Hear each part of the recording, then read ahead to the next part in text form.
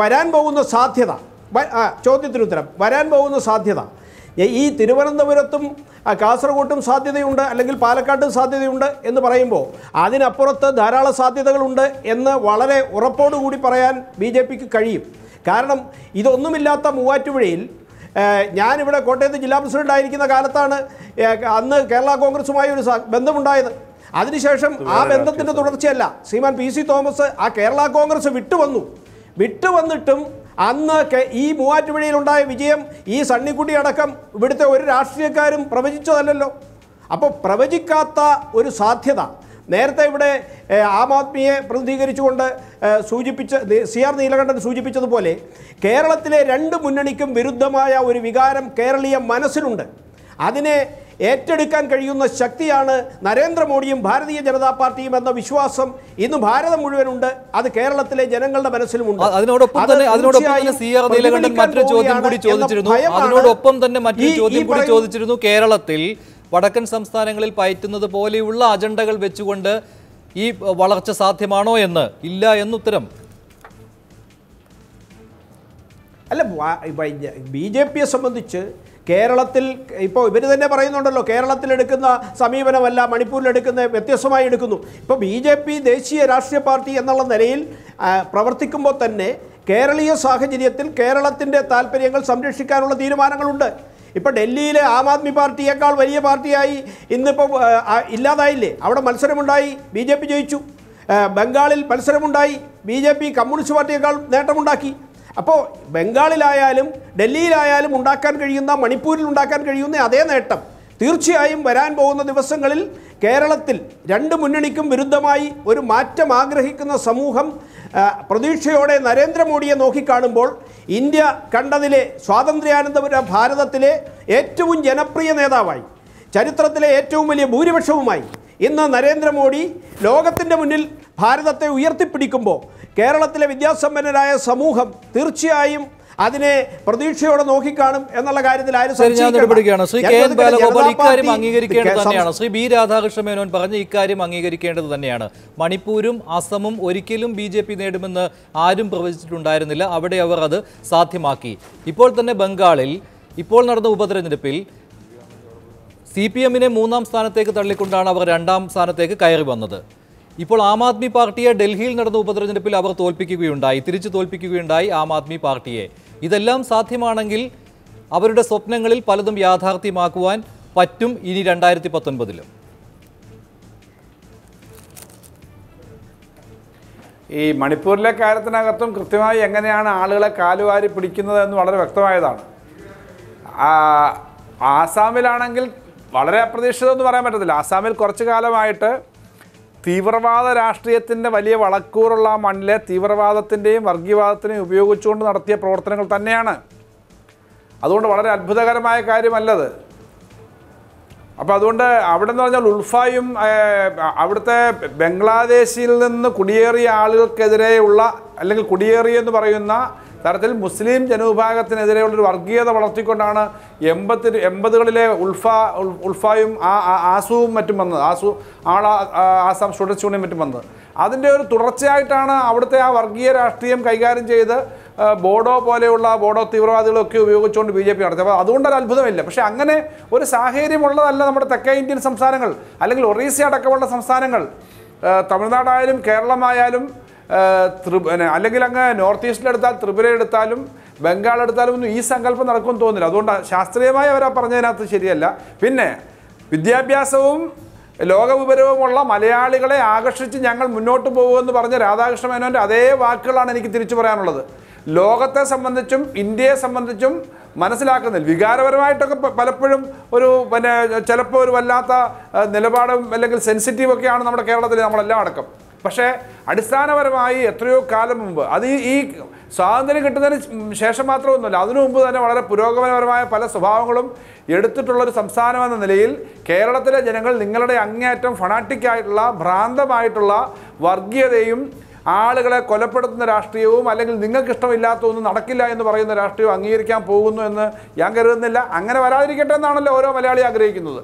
അതുകൊണ്ട് അങ്ങേയറ്റം യാതൊരു വിവേകമില്ലാത്ത ഭ്രാന്തമായ നിലപാടുകൾക്ക് പിന്നാലെ പോകുന്നവരല്ല മലയാളികൾ എന്നുള്ളത് കൊണ്ട് തന്നെ കേരളത്തിൻ്റെ നേട്ടങ്ങളാകെ തകർക്കാൻ BJP-യെ മുന്നിലേക്ക് വരാൻ അവർ സമ്മതിക്കില്ല എന്ന് തന്നെയാണ് ഞാൻ കരുതുന്നത്. അത് അംഗീകരിക്കാൻ ഒരു ശരാശരി മലയാളി. ഞാൻ ഇടപെടുകയാണ്. ഒരു ഇടവേളയിലേക്ക് പോകേണ്ടതുണ്ട്. ഇടവേളയ്ക്ക് ശേഷം BJP-യുടെ 2019 അജണ്ടയെ നേരിടാൻ കോൺഗ്രസും ഇടത് പാർട്ടികളും സജ്ജരാണോ? ഇടവേളയ്ക്ക് ശേഷം.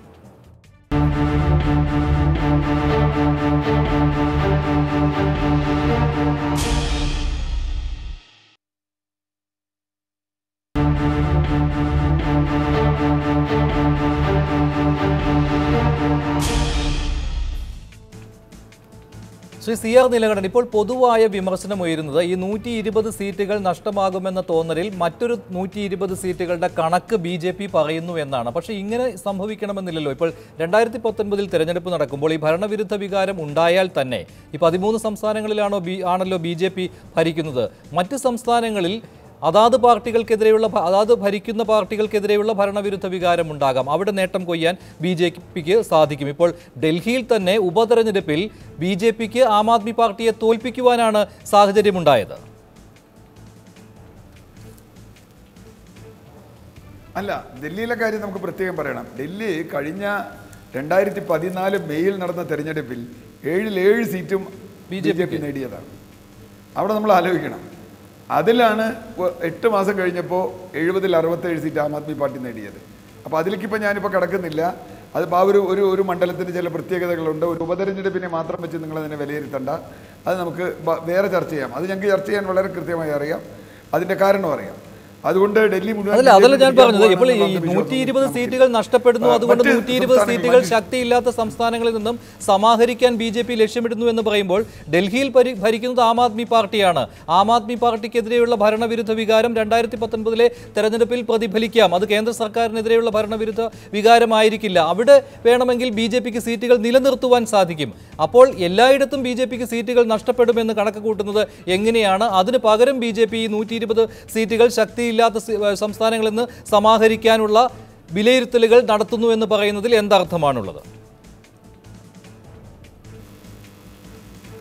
അല്ല, അങ്ങനെയല്ല. അതിൽ ഒന്നാമത്തെ കാര്യം, 2014 BJP വളരെ കുറച്ച് സംസ്ഥാനങ്ങളിൽ ഇന്ത്യയിൽ ഭരിച്ചിരുന്നുള്ളൂ. ഇപ്പോൾ UP അടക്കമുള്ള നിരവധി സംസ്ഥാനങ്ങളിൽ BJPക്ക് ഭരണം കിട്ടിയിട്ടുണ്ട്. 13 മുഖ്യമന്ത്രി BJPയുടേതാണ്. 13 കൃത്യം കണക്ക് പറയുകയാണെങ്കിൽ 13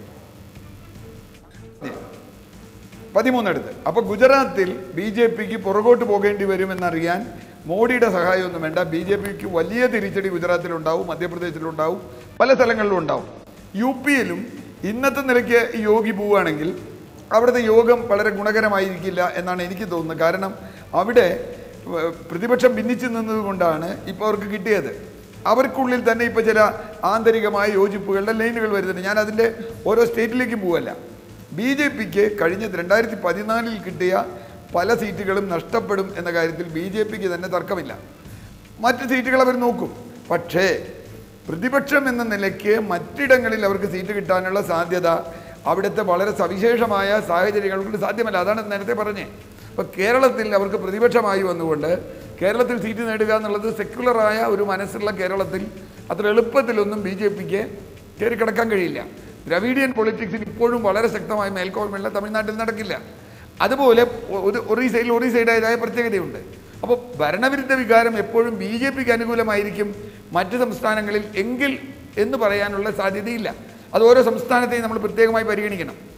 മാത്രവുമല്ല, മോഡിയുടെ 2014 മോഡിയൊന്നും ഇന്നില്ല.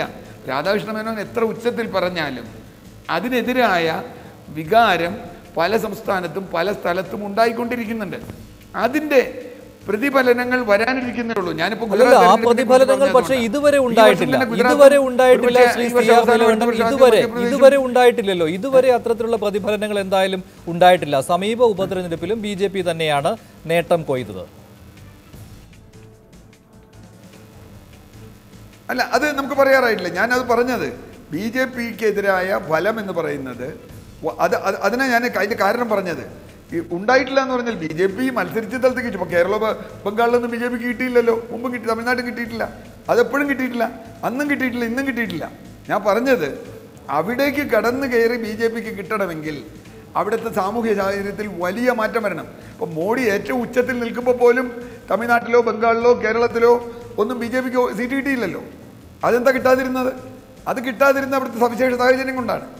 2014 മെച്ചപ്പെട്ട ഒരു പ്രതിച്ഛായ 2019 BJPക്ക് ഉണ്ടാകും, മോഡിക്ക് ഉണ്ടാകും എന്ന് പ്രതീക്ഷിക്കാൻ ഒരു കാരണവുമില്ല. അതിനാണ് ഞാൻ ഗുജറാത്തിൻ്റെ കാര്യം പറഞ്ഞത്. മോഡി ഏറ്റവും കൂടുതൽ കാലം ഭരിച്ച ഗുജറാത്തിൽ, ഒരുപക്ഷെ രാജസ്ഥാനിൽ ഒക്കെ BJPക്ക് തിരിച്ചടി നേടി വേണ്ടി വരുന്ന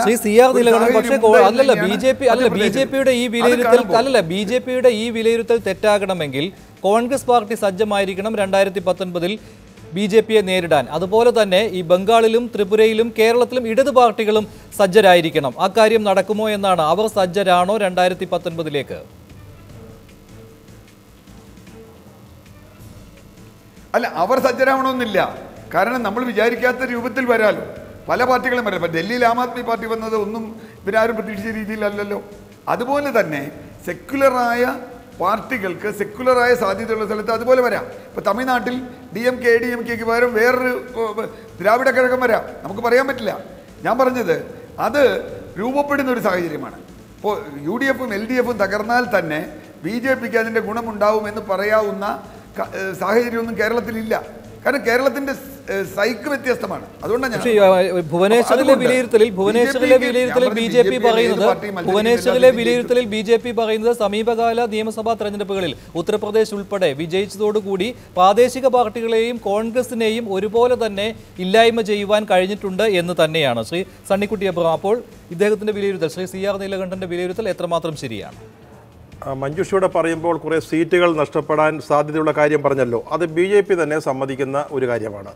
എന്തുകൊണ്ടാണ് ആ സീറ്റുകൾ നഷ്ടപ്പെടുന്നത്? അതൊരു ഭരണവിരുദ്ധ വികാരം മാത്രമല്ല. നമുക്കറിയാം, ഭരണവിരുദ്ധ വികാരം ഇവിടെ നേരത്തെ പറഞ്ഞ പോലെ രാജസ്ഥാനിലും മധ്യപ്രദേശിലും ഒക്കെ ഉണ്ടായേക്കാം.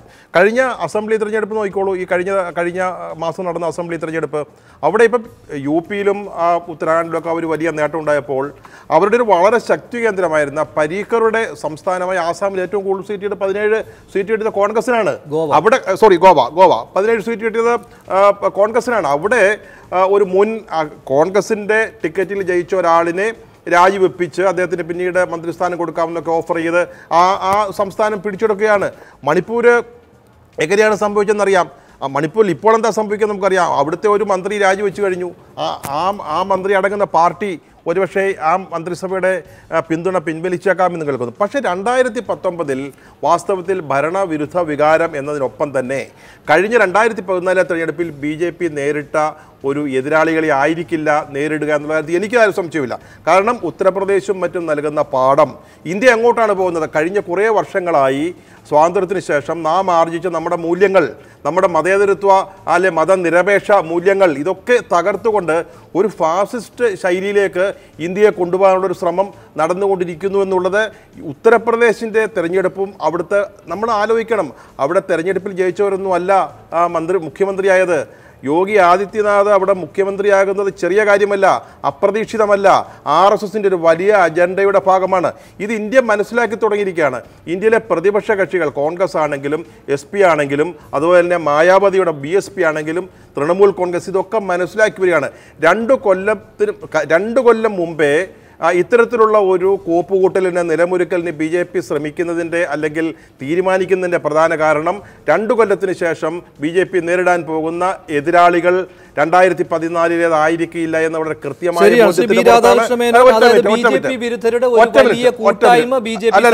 കംപ്ലീറ്റ് ചെയ്യട്ടെ. ഒറ്റ മിനിറ്റ്. അതായത് BJPയെ പരാജയപ്പെടുത്തുക എന്ന് പറയുമ്പോൾ BJP എന്നൊരു പാർട്ടിയല്ല, ഫാസിസത്തെ അല്ലെങ്കിൽ വർഗീയതയെ തകർക്കാനുള്ള ഒരു കൂട്ടായ ശ്രമം ഇന്ത്യയിൽ ഉണ്ടാവും. BJP വിരുദ്ധ പാർട്ടികൾ ഒന്നിച്ചു നിൽക്കുന്ന ഒരു സാഹചര്യം ഉണ്ടാവും. ഇതിനെ മറികടക്കാനാണ് ഇപ്പോൾ BJP തന്ത്രങ്ങൾ ആവിഷ്കരിക്കുന്നത്. ബീഹാറിൽ മാത്രമേ കണ്ടിട്ടുള്ളൂ. ശ്രീ രാധാകൃഷ്ണ മേനോൻ,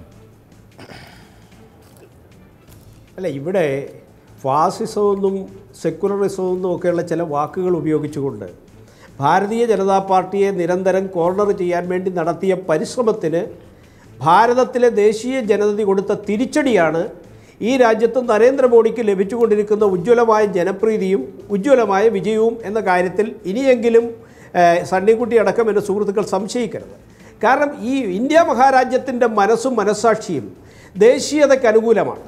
ആ ദേശീയതയ്ക്ക് വിരുദ്ധമായ സമീപനം ഇവിടെ കോൺഗ്രസ് സ്വീകരിച്ചപ്പോഴും കമ്മ്യൂണിസ്റ്റുകാർ സ്വീകരിച്ചപ്പോഴും ഇനി ഈ പ്രാദേശിക പാർട്ടികൾ സ്വീകരിച്ചപ്പോഴുമൊക്കെ അതിന് വിരുദ്ധമായി ജനങ്ങൾ ഇവിടെ വികാരം പ്രകടിപ്പിച്ചിട്ടുണ്ട്.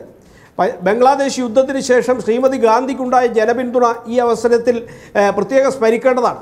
ഇപ്പോൾ ഏതാണ്ട് സമാനമായ രീതിയിൽ ഇന്ന് ദേശീയ തലത്തിൽ നരേന്ദ്രമോദിക്ക് സ്വീകാര്യതയുണ്ട്. എല്ലാ ജനങ്ങളും അംഗീകരിച്ചിരിക്കുന്നു. ദേശീയതയുടെ ഉജ്ജ്വലമായ ഒരു മുന്നേറ്റമായി മോഡിയുടെ വിജയത്തെ ജനങ്ങൾ നോക്കിക്കാണുന്നുമുണ്ട്. ആ സമയത്ത് ഇത് സെക്കുലറിസം അല്ല, ഇവർ വിഭാവനം ചെയ്യുന്ന സെക്കുലറിസം എന്താ? ഇവർ BJP എടുക്കുന്ന നിലപാട് സെക്കുലറിസം അല്ല എന്ന് പറയുമ്പോൾ ക്രിസ്ത്യൻ ഭൂരിപക്ഷമായ ഗോവയിൽ കഴിഞ്ഞ 5 വർഷമായി ഭരിക്കാനുള്ള അവസരം കിട്ടി. ഈ പ്രാവശ്യം സീറ്റ് കുറഞ്ഞു, ശരിയാണ്. പക്ഷേ എങ്കിലും അവിടെ ഭരിക്കുവാനുള്ള സാഹചര്യമുണ്ടായി. ഇവർക്ക് സഹിക്കുന്നില്ല. ഇപ്പൊ മണിപ്പൂരിലാകട്ടെ കോൺഗ്രസ് നേതാക്കളെ കാലുമാറ്റി എന്ന ആരോപണമാണ്. അസമിലാകട്ടെ അതിന് തിളക്കം കുറയുന്നത് പ്രത്യേക സാഹചര്യം. ഉത്തർപ്രദേശിൽ അതാ ഇപ്പോൾ മഞ്ജുഷ, വ്യക്തികൾ രാഷ്ട്രീയത്തിൽ മാറിയ നിലപാടെടുക്കുന്നത് ഇന്ത്യൻ രാഷ്ട്രീയത്തിൽ ആദ്യത്തെ സംഭവമല്ല. ദേശീയ തലത്തിൽ നരേന്ദ്രമോദിയുടെ ഉജ്ജ്വലമായ മുന്നേറ്റത്തിൽ ആകർഷ്ടരായിട്ട് പുതിയ ആളുകൾ ധാരാളമായി BJPയിലേക്ക് വരുന്നുണ്ട്. വരുന്നവരെ സ്വീകരിക്കാൻ ഞങ്ങൾ തയ്യാറാണ്. അത് സ്വീകരിച്ചിട്ടുണ്ടാവും. ഇപ്പോൾ മുസ്ലിം ഭൂരിപക്ഷ മേഖലയിൽ BJPയുടെ സ്ഥാനാർത്ഥികൾ വിജയിച്ചപ്പോൾ അതിന് വോട്ടിംഗ് മെഷീൻ്റെ കുറ്റമാണ് എന്ന് പറഞ്ഞിട്ടാണല്ലോ ഇറങ്ങിയിരിക്കുന്നത്. ഇപ്പോൾ ഈ രാജ്യത്ത് കഴിഞ്ഞ പ്രാവശ്യം വോട്ടിംഗ് മെഷീൻ്റെ കുറ്റം അങ്ങനെയാണെങ്കിൽ നമ്മുടെ പ്രധാനമന്ത്രി നരേന്ദ്രമോദി ആയിട്ടല്ലല്ലോ ഇവിടെ ലോക്സഭാ തെരഞ്ഞെടുപ്പ് നടന്നത്. അന്ന് സോണിയാഗാന്ധി നിയന്ത്രിക്കുന്ന വോട്ടിംഗ് മെഷീൻ ഇവിടെ ഉള്ളപ്പോൾ നരേന്ദ്രമോദിക്ക് വിജയിക്കാൻ കഴിഞ്ഞു. അപ്പോൾ മുസ്ലിങ്ങളായാലും ക്രൈസ്തവരായാലും മറ്റ് ഇതര വിഭാഗങ്ങളാണെങ്കിലും എല്ലാം ദേശവ്യാപകമായി BJPയിൽ വിശ്വാസം അർപ്പിക്കുന്നു എന്ന വസ്തുതയെ ആക്ഷേപപൂർവ്വം അവതരിപ്പിക്കാനോ അതല്ലെങ്കിൽ അതിനെ സെക്കുലറിസം എന്നൊക്കെ പറഞ്ഞിട്ട് അതെന്തോ ഇല്ല, അങ്ങനെ ഒരു സംഭവമില്ല എന്ന് എല്ലാവർക്കും നന്ദി. എന്തായാലും ഇനിയും ലോക്സഭാ തെരഞ്ഞെടുപ്പിന് 2 വർഷം മുൻപ് തന്നെ BJP മുന്നൊരുക്കം തുടങ്ങിക്കഴിഞ്ഞു. ഇത് കണ്ടറിഞ്ഞ് കോൺഗ്രസും മറ്റ് പാർട്ടികളും തങ്ങളുടെ കളം മിനുക്കുന്നതിന് വേണ്ടി ശ്രമങ്ങൾ നടത്തും എന്ന് തന്നെ പ്രതീക്ഷിക്കാം. എന്തായാലും ഭുവനേശ്വറിൽ ചേർന്ന BJPയുടെ ദേശീയ നിർവാഹക സമിതി യോഗം 2019 അജണ്ട നിശ്ചയിച്ചു കഴിഞ്ഞിരിക്കുകയാണ്. സൂപ്പർ പോയിന്റ് അവസാനിക്കുകയാണ്.